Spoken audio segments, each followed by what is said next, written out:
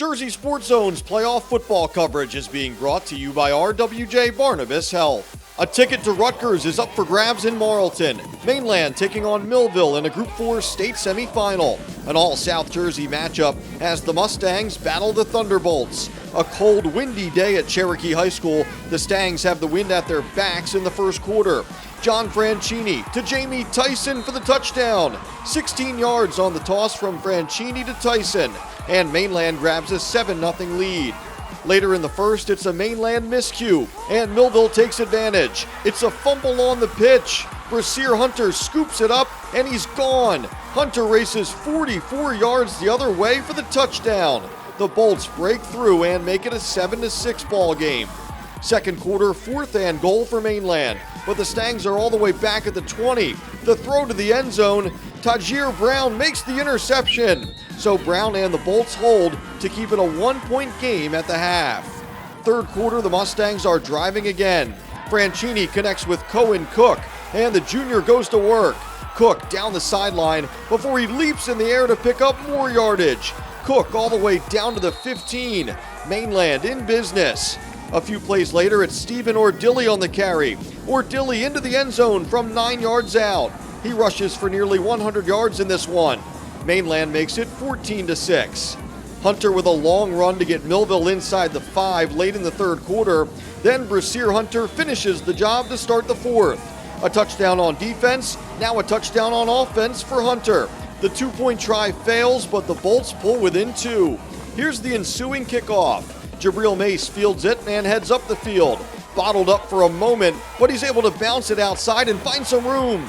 Mace across midfield as he cuts it back, making people miss. The Villanova commit heading toward the end zone, but Asir Cornish makes the tackle at the 5. A huge return from Mace, but possibly the play of the game from Cornish. Why? Because the Bolts defense holds. This is the third down play as Darian Blackowicz storms in for the sack. Millville keeps Mainland off the board here to keep it a 2-point game. The Bolts going for it on 4th down near midfield on the ensuing possession. Paul Lombardo into the backfield, and Lombardo comes up with the sack. That has the senior all kinds of fired up. Mainland takes over with just over 4 minutes to go. But again, the Millville defense holds, so the Bolts have one more chance on offense. Already into Mainland territory when Jacob Zamat pulls the ball down and takes off. Zamat with a first down run. He finally goes down inside the 20. Millville put a late drive together to beat Hamilton for a sectional title last week. And the Bolts do it again. Naeem Sharp untouched into the end zone. Sharp with a 17-yard score with 39 seconds left as the Bolts battle back again, this time to stun Mainland. 18-14 the final. More Millville magic. This time, the comeback win sends the Thunderbolts to the Group 4 state championship game. Yeah, it was a lot of confidence in the huddle. We didn't know who was going to score, but we know he was going to get in that end zone. How cold are you right now? I'm freezing. I'm freezing. It was a tough situation, but this is what we prepared for all season. like I said, I believe in my guys, and as soon as our defense got that stop and I saw 2 minutes left on the clock, I knew we were going to go down and score. Shows our resilience. Shows that how we can fight through any adverse moment. Our guys, I said it before, our guys fight through adversity off the field, and then they can fight through it on the field. Like, our guys are confident, man. I told them before, I said, when you're confident, like, you can do anything.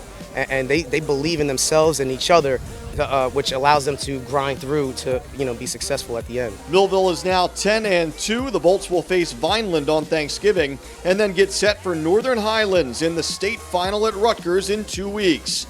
Mainland finishes the season at 10-2 with its first sectional title since 2008.